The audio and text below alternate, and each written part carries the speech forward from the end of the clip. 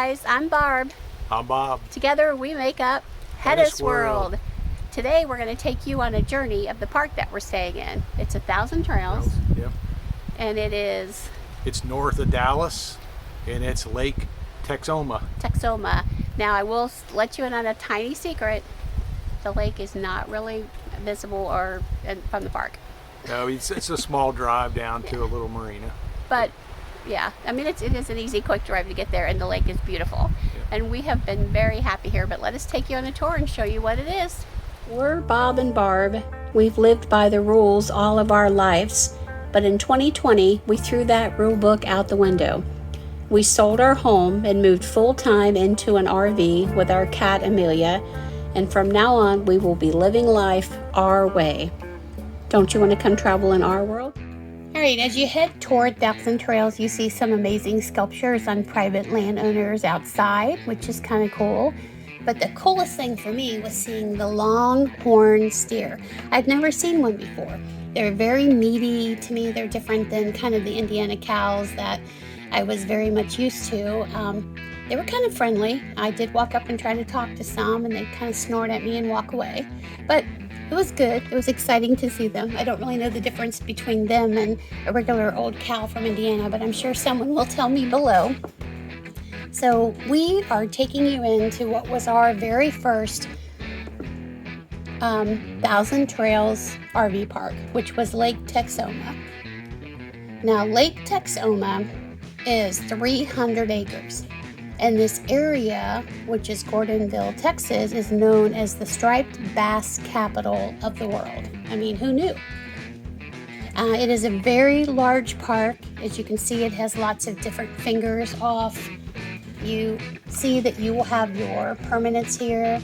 You will have your cabins here. You will have RVs kind of all sizes. But it's nice because nothing's too crowded upon one another. They do have a dump station, which of course is great, but the park does have 50 amp and 30 amp, and everyone pretty much has full hookups, so it works out pretty well.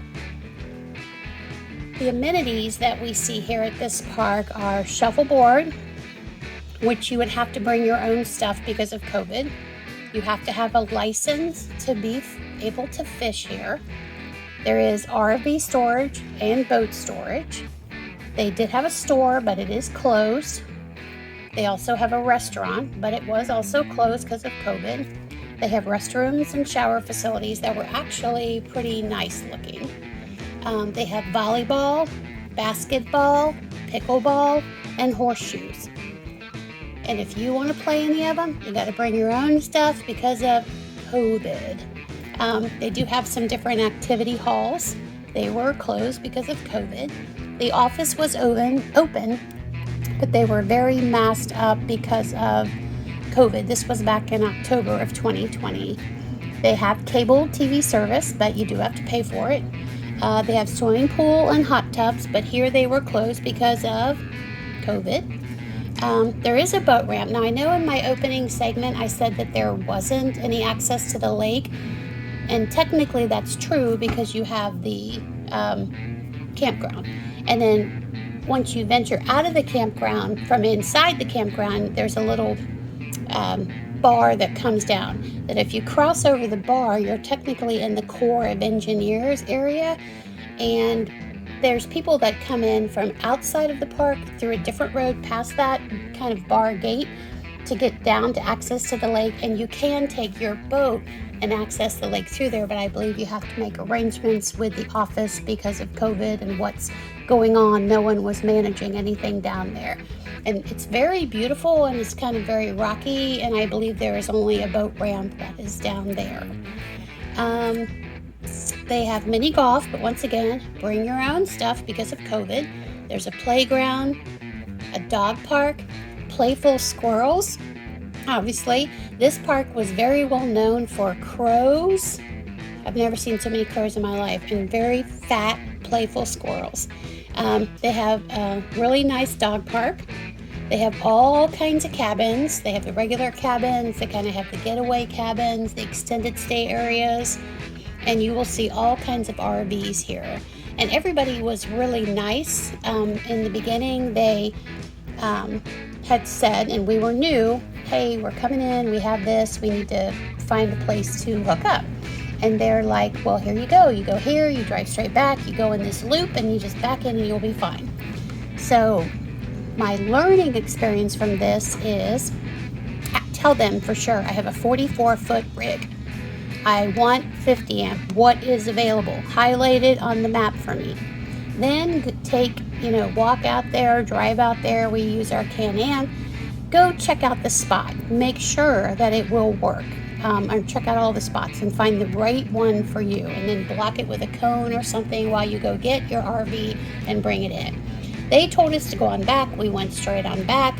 Drove back, found the loop, easy enough, but it was a very tiny loop. It was almost difficult to get around. Lots of branches, lots of permanents who were like terrified that we were trying to come back with this big giant rig in their area, and the spot that was open, there's no way to get into it with our rig for sure, because it was too tight, too narrow, and it was maybe half the length or 3/4 of our RV, and then the whole edge just kind of dropped off.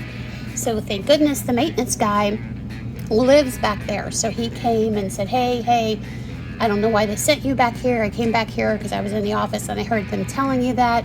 There's a motorhome that just left up in Q. Go up there. It will be perfect. And it was, because we were right on the corner. So for our first real, experience for Thousand Trails, coming into this spot here was nice. We had great neighbors. It was awesome. And while we were there, Bob did some improvements and some repairs, and I worked on video. Verizon and AT&T is excellent at this park.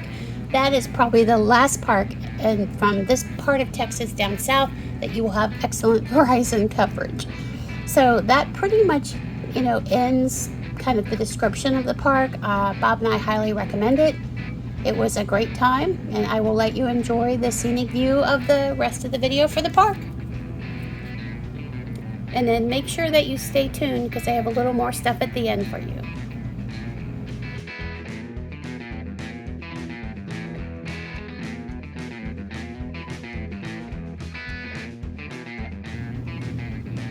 For shopping in this area, we highly recommend Brookshire Brothers. There's a Brookshire Brothers, and then we learned there's a Brookshire, and the story is that they were Brookshire brothers until one brother got mad and went off and started his own Brookshires. Incredible ham, lunch meat, incredible prices, good variety, very friendly. It's a good store to be in. And then some of the restaurants we ate at, which we didn't eat at too many of them, but we liked Dickie's, so we stopped at Dickie's while we were there. And then, of course, there's Whataburger. I mean, come on, you're in Texas. Everybody has to go to Whataburger. And if you're at a Whataburger, you can go keto. You can get it where it's like on a little bed of lettuce and onions and pickles, and it's super, super good. But one of the places that we really enjoyed eating at was Blazing Woodfire Pizza. And this was owned by a ex-fireman and his wife, and they had started it. And the story was they had bought the building and had put all the work and effort into it and were getting ready to open, and COVID hit. So then they couldn't open it, and they couldn't do anything until just recently. So we ate at their restaurant. They have burgers and pizzas and all kinds of amazing stuff, but we got actually pizza bowls, which you'll see a picture of here as we go through it, that were amazing. Very detailed, very delicious, very good. And they have a lot of firemen, like acquired items in there from different people who've come from different states and have left patches and different things there. And then they also do catering, so it's kind of a really super cool place. So we definitely recommend that you check this out, if nothing else. At Lake Texoma, as you can see, it's gravel, and it's actually pretty wide. We're in what they kind of call the motorhome section. We're in section C. No. Bob, what section are we in? We're in section Q, the getaway area. So we've got our hookups and stuff over here, which I'll take you back to. But that's pretty much where our land ends. It's probably right there, because this is their side over here. But when you come over here, back to this site, we've got, morning. We have a pretty big area over here. I mean, we've got this. We did have our rug and stuff out. We're getting ready to pack up and leave tomorrow. But it was nice. And then ours actually extends all the way over here if we want to. And then we've even got a fire pit. And then to kind of just show you the rig in its spot here, I'll take you down this way. So it's a 44 footer. It is not something that is easy to put into place. But to give you an idea, that's our neighbor. That's pretty typical, butt to butt in these spots. And we are hanging over on our part of the land, which is fine. But yeah, it's pretty big. And then normally our Can-Am is out too, but we have it put away in the garage. So then, it's early, so I'm sneaking through people's yards. You come back here, just to kind of give you a view. And then I'll come by over here and show you this side. And then the hookup stuff has been great. I'm going to come over here more because it's hard to see. But the hookup stuff has been great. They have got a wonderful system right here. It is nice. I mean, it sucks it down pretty good and holds it. But it does have a stone there that just kind of keeps everything down and running, which is nice. And then we do have, of course, water here, and then we do have 50 amp, which is pretty nice also.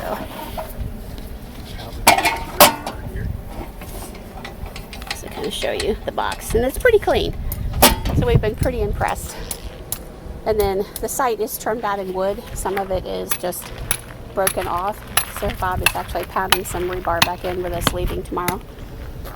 So that way we don't lose any tires on anything. So that's it. That's the tour of the park. We have been very happy here. We stayed 2 weeks. Yep. We wish we had stayed. Our 3 weeks would have been nice. Yeah, it turned out to be great. Thousand Trails is a pretty good system. We are full-time members, full-time elite members, or whatever you call that. Yep. And we'll do a video about that in the future, what all that means. But we are loving it so far. I mean, when we're at a campground at all, it's a place where we're staying. Yep. You know, and we try to make sure we set our outside area up kind of like the way that maybe we wanted to. We don't have all of our stuff out now because we're getting ready to leave this park. Yep. But we don't care about the drama of the park and all the crap going on. I mean, I'm sure we're going to run into parks which we've seen before where the roads are really bad and stuff like that, but this park is not like that. This park is definitely a keeper, and we will be back. Yeah, it feels like home here, and like she said, we don't care about the roads or it's gravel pavement. This been really nice. So we really enjoyed the park. Very peaceful at night, even on the weekends. Yeah. A couple weekends here, it's been very quiet. Very safe. And it's after the Memorial Day, so it's probably not as rowdy as normal, but we've loved it. So. And I would like to swim in a park. I think there's a park I might be able to swim to in this travel that we've got coming up, but COVID. Dang you, COVID. COVID is. So if you like this review of this campground, please subscribe to our channel. Smash up that like button. Share it with everyone you know. And if you're really crazy, hit the notification button and you'll be told when we release our next video. That's what everybody wants to know. And also leave a comment below. We'd love to hear what you think. Yep. So thank you so much. Remember, we're HetteshWorld, so come travel in our world.